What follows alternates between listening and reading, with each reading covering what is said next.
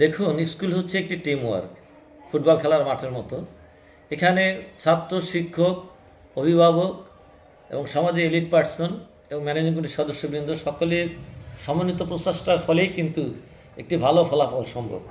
আপনি জানেন যে এটি একটি ঐতিহ্যবাহী স্কুল। এই স্কুলে অনেক নামি দামি ব্যক্তিবর্গরা স্কুলে পড়াশোনা করেছেন, যার কথা না বললেই নয়। বিশিষ্ট কথা সাহিত্যিক সুজদিকুল বাড়ির লেখক আবু ইসাহাক সাহেব এখানে পড়াশোনা করেছেন। সাবেক 3 জন ব্রিটিশ পার্লামেন্টারিয়ান এখানে পড়াশোনা করেছেন। বিশিষ্ট দন্ত চিকিৎসক জনাব ডাক্তার কে জলিল সাহেব এখানে পড়াশোনা করেছেন, সাবেক এমপিও ছিলেন। সাবেক আইজিপি মহোদয় এখানে পড়াশোনা করেছেন, সাবেক উপজেলা চেয়ারম্যান এবং অসংখ্য বিভিন্ন ইউনিয়ন পরিষদের জনপ্রতিনিধিরা এখানে পড়াশোনা করেছেন। এবং জাহাঙ্গীরনগর বিশ্ববিদ্যালয়, ঢাকা বিশ্ববিদ্যালয়ে শিক্ষকরা, এই প্রাক্তন ছাত্ররা কিন্তু শিক্ষকতা পেশায় নিয়োজিত আছেন। দেশের রাষ্ট্র পরিচালনার বিভিন্ন গুরু দায়িত্ব কিন্তু তারা পালন করে। যেমন অতিরিক্ত শিক্ষা সচিব মহোদয় জনাব শামসুর রহমান সাহেব, তিনিও কিন্তু এই স্কুলের শিক্ষার্থী ছিলেন। তো সেই দৃষ্টিকোণ থেকে দেখুন, সময়ের বিবর্তনে আসলে এই এলাকার লোকজন কিন্তু বেশিরভাগই কিন্তু বিদেশগামী। তাদের ছেলেমেয়েরা কিন্তু বিদেশে যাওয়ার জন্য অত্যন্ত তৎপর। সেই দৃষ্টিকোণ থেকে তারা কিন্তু লেখাপড়া একেবারেই অমনোযোগী এবং বিশেষ করে বাবা মা তারা যেভাবে দায়িত্বশীল হওয়ার কথা তারা কিন্তু সেভাবে দায়িত্বশীল নয়।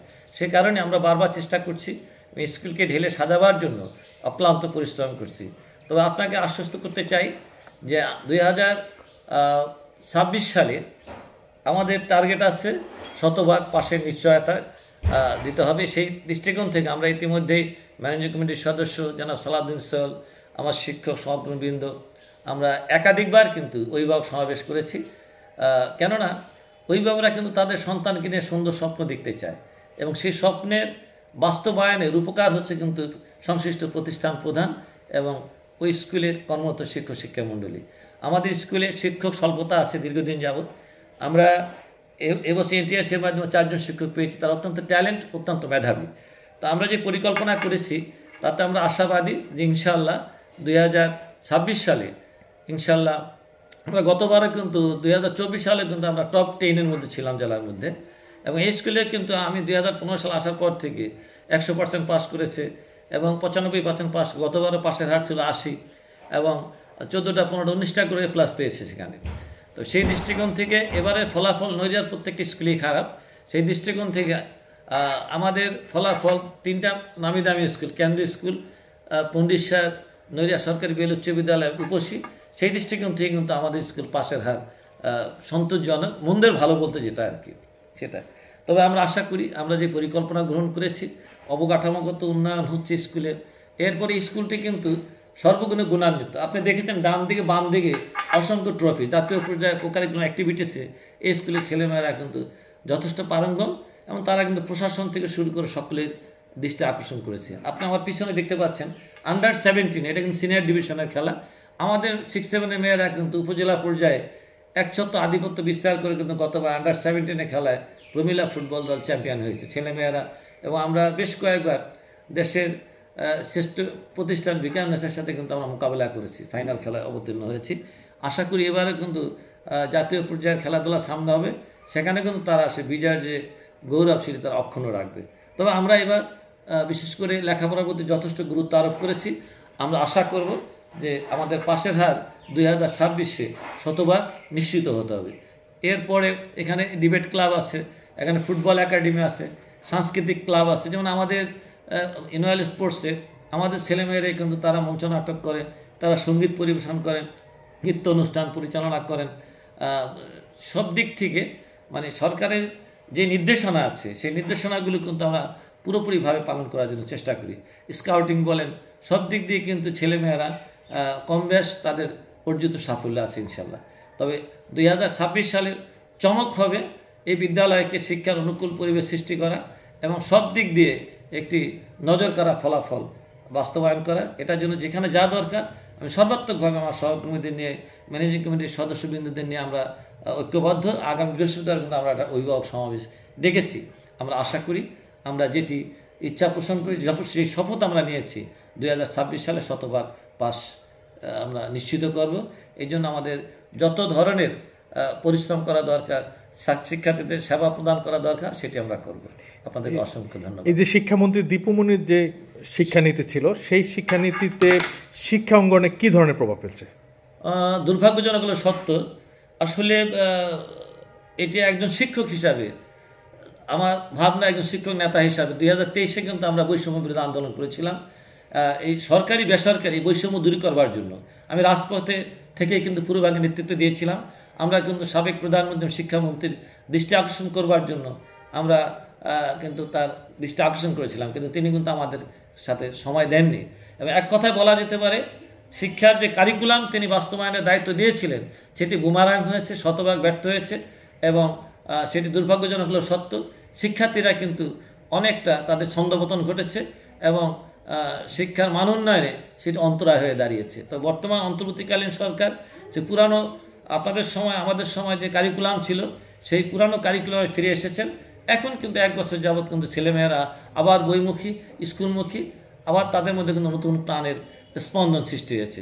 তো আমি মনে করব যে বিগত সরকারের দীপমৌলি আমলের সরকারের সময় শিক্ষাক্ষেত্রে যথেষ্ট বৈষম্য ছিল, সরকারি বেসরকারি যথেষ্ট বৈষম্য ছিল, অথচ আমাদের সরকারি বেসরকারি শিক্ষা প্রতিষ্ঠান কিন্তু শতকরা 95 আর 5 কিন্তু হচ্ছে সরকারি। কিন্তু এই সরকারি বেসরকারি যোজন বিজন বৈষম্য শিক্ষা ব্যবস্থাকে ধ্বংস করে দিয়েছে এবং শিক্ষার মান উন্নয়নে শিক্ষকদেরকে অনুৎসাহিত করেছে। শিক্ষকদের যথাযথ মূল্যায়ন করা হয় নাই বিদায় কোনো মেধাবীরা কিন্তু শিক্ষকতা পেশায় আসতে চাচ্ছেন না। কিন্তু বর্তমান অন্তর্বর্তীকালীন সরকার তাদের দৃষ্টিতে তাদের বিবেচনায় আছে। আপনাকে একটু স্মরণ করিয়ে দিতে চাই, 2023 সালে যখন প্রেস ক্লাবে বাংলাদেশ শিক্ষক সংঘ বিটিএর নেতৃত্বে জোরালো আন্দোলন করেছিলাম শিক্ষার গুণগত মান উন্নয়নের জন্য, শিক্ষকদের পরিশ্রমের সাথে পারিশ্রমিক এটা সমন্বয় রাখবার জন্য, সেদিন কিন্তু এই অন্তর্বর্তীকালীন সরকারের সাবেক শিক্ষা উপদেষ্টা সেদিন একটা বক্তব্য দিয়েছিলেন, একটা কলাম লিখেছিলেন যে শিক্ষার গুণগত মান উন্নয়নের জন্য, শিক্ষা ব্যবস্থাকে সুন্দরভাবে ঢেলে সাজাবার জন্য অবশ্যই শিক্ষকদের মূল্যায়ন করতে হবে, তাদের বেতন কাঠামোর পরিবর্তন করতে হবে। ন্যূনত বেতনে শিক্ষার গুণগত মান সম্ভবপর নয়। তারপরে যখন অন্তর্বর্তীকালীন সরকার ক্ষমতা আসলেন, সেই ব্যক্তিটি যখন শিক্ষা উপদেষ্টা নির্বাচিত হলেন, আমাদের কেন্দ্রীয় সভাপতি সাধারণ সম্পাদক আমরা তার শরণাপন্ন হলাম। আমরা পত্রিকায় তার যে স্টেটমেন্ট ছিল সেটি নিয়ে, স্যার আপনি তো ওই সময় আমাদের সাথে একমত প্রকাশ করেছিলেন এবং শিক্ষার গুণগত মান বৃদ্ধির জন্য আমাদের যে আন্দোলনটা রাজপথে যৌক্তিক ছিল, আপনি কিন্তু সহমর্মিতা প্রকাশ করেছেন, ঐক্যমত প্রকাশ করেছেন। আজকে তো আল্লাহ পাক রব্বুল আলামিন আপনাকে সময় দিয়েছে, কাজে আপনি আমাদের বিষয়গুলো একটু শুভেচ্ছা নেন। উনি কথা দিয়েছেন যে আমি সরকারি বেসরকারি বৈষম্য দূর করবার জন্য আপ্রাণ চেষ্টা করব। আমাদের বাংলাদেশ শিক্ষক সংঘ বিটিএকে উনি আশ্বস্ত করেছেন এবং উনি কিন্তু এখন স্থানীয় সরকার পরিকল্পনা মন্ত্রণালয় থেকেও কিন্তু শিক্ষার মান উন্নয়নের জন্য কারিকুলামের জন্য কাজ করছেন। আমরা ওনার কাছে চিরকৃতজ্ঞ এবং আমাদের অনেক আশার বাণী শুনিয়েছেন। আমরা আশা করি শতভাগ না হলেও সরকারি বেসরকারি এই যে বেতন বৈষম্য এটি উনি দূর করবেন। আমরা আবার নতুন করে আশায় বুক বাঁধছি। আশা করি অবশ্যই শিক্ষা ব্যবস্থাকে অন্তর্বর্তীকালীন সরকার আমলেই সুন্দরভাবে ঢেলে সাজানো যাব। আমরা বর্তমান অন্তর্বর্তীকালীন সরকারের প্রতি স্যাটিসফাইড। আপনি তো জেলার একজন শ্রেষ্ঠ শিক্ষক, তো সেই ক্ষেত্রে এই শিক্ষার উন্নয়নে বর্তমান সরকারের কাছে আপনার কি চাওয়া পাওয়া আছে? বর্তমান সরকারের কাছে আমার চাওয়া পাওয়া হচ্ছে, আমি কিন্তু প্রথমেই আপনাকে বলেছি যে দেখুন, জাতীয়করণ একটি লম্বা প্রসেস, এখানে সব প্রতিষ্ঠান কিন্তু একসাথে জাতীয়করণ করা সম্ভব নয়। কাটি এটি হয়তো আমরা বলার কারণে বলি, যেমন দেখুন আজকে বিজারি তারাবন উচ্চ বিদ্যালয়, পন্ডিসার উচ্চ বিদ্যালয়, ভোজেশ্বর উচ্চ বিদ্যালয়, সেখানে 1300-1400 ছাত্রছাত্রী, শিক্ষক সংখ্যা পর্যাপ্ত। কিন্তু আরেকটি ছোট্ট স্কুল, আজকে যদি চন্দ্রপুর উচ্চ বিদ্যালয়ের কথা ভাবি, সেখানে 150-200 শিক্ষক নাই। সমস্ত স্কুল যদি জাতীয়করণ হয়ে যায় তাহলে চন্ডীপুরকে তো আপনি বাদ দিতে পারবেন না, যদি একসাথে সব হয়। আবার আহমেদনগর মাদ্রাসায় আবার ওই যে জবসাতে একটা মাদ্রাসা আছে, সেখানে তো মনে করেন যে সৎখানি ছাত্র নেই। তো এটি হয়তো সম্ভব নয়, পর্যায়ক্রমে জাতীয়করণ করা সম্ভব হবে। আমরা যেটি আশা করছি সরকারি বেসরকারি যে মানে যোজন বিজন পাহাড় সম যে বৈষম্য, এই বৈষম্যগুলি যদি দূর করা হয় এবং সেখানে আমাদের বাড়ি ভাড়া যদি শতভাগ দেওয়া হয়, উৎসব বা অন্য অন্য সুযোগ সুবিধা যদি আমাদের সরকারি স্কুলের শিক্ষকদের কাছাকাছিও হয়, তাহলেই কিন্তু মেধাবী যারা তারা কিন্তু শিক্ষকতা পেশায় আসবেন এবং শিক্ষার গুণগত মান নিশ্চিত হবে। এখন কিন্তু কোনো মেধাবীরা শিক্ষকতা পেশায় আসতে চান না। ইতিমধ্যে সরকার আমাদের ইনক্রিমেন্ট দিয়েছে, ইয়ারলি বাড়ি ভাড়া কিছুটা বৃদ্ধি করে দিলেন এবং মূল বেতনের 20% তারা বাড়ি ভাড়া দিবেন, মেডিকেল ভাতা দিবেন। কথা শুনেই কিন্তু অনেক মেধাবীরা কিন্তু এই যে 18তম NTRC এর মাধ্যমে যে 6ষ্ঠ নিয়োগ বিজ্ঞপ্তিতে কিন্তু তারা অ্যাপ্লিকেশন করেছেন এবং তারা কিন্তু এই সুপারিশ প্রাপ্ত হয়েছেন, তারা কিন্তু শিক্ষকতা আসছেন। এখন জাতীয় স্কেলের সাথে এই যে আগামীতে যে জাতীয় স্কুল দিবে, এই জাতীয় স্কেলের সাথে যদি বেসরকারি স্কুলের শিক্ষকদের সম্পৃক্ত করা হয় এবং অন্যান্য সুযোগ সুবিধা শতভাগ না হলেও যদি কাছাকাছি একটা মার্জিনাল অবস্থায় নেওয়া হয়, তাহলে অবশ্যই শিক্ষা ব্যবস্থাকে সুন্দরভাবে ঢেলে সাজানো যাবে। শিক্ষকরা পরিশ্রমের সাথে পারিশ্রমিক একটা সমন্বয় থাকবে, সেই সমন্বয়টি হলে পরে অবশ্যই সুন্দর সুন্দর সোনার বাংলাদেশ বিনিয়োগ করা সম্ভব হবে। আর আপনি একটা জিনিস জানেন যে শিক্ষাই জাতির মেরুদণ্ড। শিক্ষা ব্যবস্থাকে যদি সুন্দরভাবে ঢেলে সাজানো না হয়, তাহলে সমস্ত উন্নয়নে কিন্তু ব্যর্থতায় পর্যবেসিত হবে।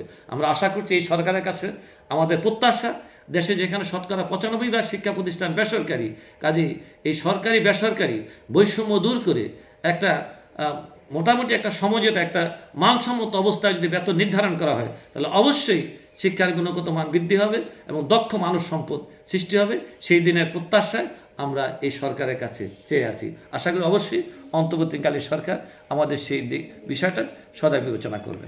মানে শিক্ষা প্রতিষ্ঠানের ছাত্রদের পরিসংখ্যান অনুযায়ী কি শিক্ষক দরকার কিনা, এটি এখন যেটা হচ্ছে আপনি দেখেন, আমাদের এটা তো শুধু নট অনলি বেসরকারি স্কুল, সরকারি স্কুলে কিন্তু শিক্ষক স্বল্পতা আছে, প্রাইমারি স্কুলে শিক্ষক স্বল্পতা আছে। কাজেই এই স্বল্পতা, এই শিক্ষক সংকট ইউনিভার্সিটি বলেন, কলেজ বলেন, মেডিকেল কলেজ বলেন, বুয়েট বলেন, প্রাইমারি স্কুল বলেন, হাই স্কুল বলেন, সব জায়গায় আছে। কাজেই এই সংকট আস্তে আস্তে নিরসন করতে হবে। কেননা শিক্ষা দান করেন শিক্ষকরা, সেখানে যদি শিক্ষক সংকট থেকে থাকে পর্যাপ্ত, তাহলে এটিও কিন্তু শিক্ষার মান উন্নয়নের ক্ষেত্রে একটি অন্তরায়। তা আমি আশা করব সেই দিক থেকে সরকার বাহাদুর সদা বিবেচনা করবেন। আমার একটি পরিকল্পনা আছে। যেমন দেখেন, আমি প্রথমত অভিভাবকদেরকে সচেতন করছি যে এখানে আপনার ছেলেমেয়েরা কতটুকু সময় বাসায় পড়াশোনা করে, সে পড়ার টেবিল আছে কিনা এবং সেই স্কুলে ঠিকমতো আসে কিনা, এবং আপনি প্রত্যেকটা সাবজেক্ট টিচারের সাথে যোগাযোগ করবেন, আমার সাথে যোগাযোগ করবেন। আপনি জেনে খুশি হবেন যে আমরা কিন্তু এই বিনা টাকায় বিশেষ ক্লাসের ব্যবস্থা করেছি গত রমজান মাস। এবার যারা ক্লাস 10-এ আছেন তাদেরকে বিনা টাকায় কিন্তু আমরা 1 মাস কিন্তু আমরা সেখানে অঙ্ক, ইংরাজি এবং বিজ্ঞান এই সাবজেক্টগুলি একটু জটিল, সেখানে আমরা বিনা পয়সায় কিন্তু তাদের পড়াচ্ছি। এবং এখনও কিন্তু আমাদের স্কুলে আমরা স্পেশাল বিশেষ ক্লাসের একটা ব্যবস্থা করছি এবং আলাদা আলাদা করে টিম করে দিয়েছি। যেমন মনে করেন সায়েন্স বিভাগে একজনকে দায়িত্ব দিয়েছি তাকে নার্সিং করার জন্য, তার খোঁজখবর নেওয়ার জন্য, এবং কমার্সে একজনকে দায়িত্ব দিয়েছি, এবং আর্টসে একজনকে দায়িত্ব দিয়েছি, এবং কে কতদিন স্কুলে আসে কতদিন আসে না, এবং আমরা সাপ্তাহিক পরীক্ষা নিচ্ছি প্রতিনিয়ত, এবং আমরা সেখানে লেসন প্ল্যান করছি। এইভাবে আমাদের যে পরিকল্পনাগুলি, সেই পরিকল্পনা অত্যন্ত চমকপ্রদ, এবং আমরা কিন্তু একসাথে ঝুটিকে আক্রমণ চালাচ্ছি এবং বিভিন্ন শিক্ষকের বাড়ি বাড়ি যে আমরা তাদের খোঁজখবর নিচ্ছি, টেক কেয়ার করছি। কেননা আমাদের যে শপথ, আমাদের যে প্রতিজ্ঞা যে 100% পাস করতে হবে, সেই ক্ষেত্রে আমরা তাদের বলে দিয়েছি টেস্ট পরীক্ষা যারা অকৃতকার্য হবে তাদের সেখানে সুযোগ দেওয়া হবে না, এবং পরপর যারা 3 দিন অনুপস্থিত থাকবে তাদেরকে তাদের বাবা মাকে আমরা ডেকে আনি, কেন কী কারণে আপনার ছেলে মেয়ে স্কুলে আসে নাই এবং কারা পরীক্ষা দিচ্ছে কারা দিচ্ছে না। এইভাবে ক্লাস 10টাকে আমরা বিশেষ স্পেশালভাবে আমরা নজরদারি করছি এবং টেক কেয়ার করছি। আমি আশা করি আমি অন্তত শতভাগ না হলেও কাছাকাছি আমি এই টার্গেট ফুলফিল করতে পারবো ইনশাআল্লাহ।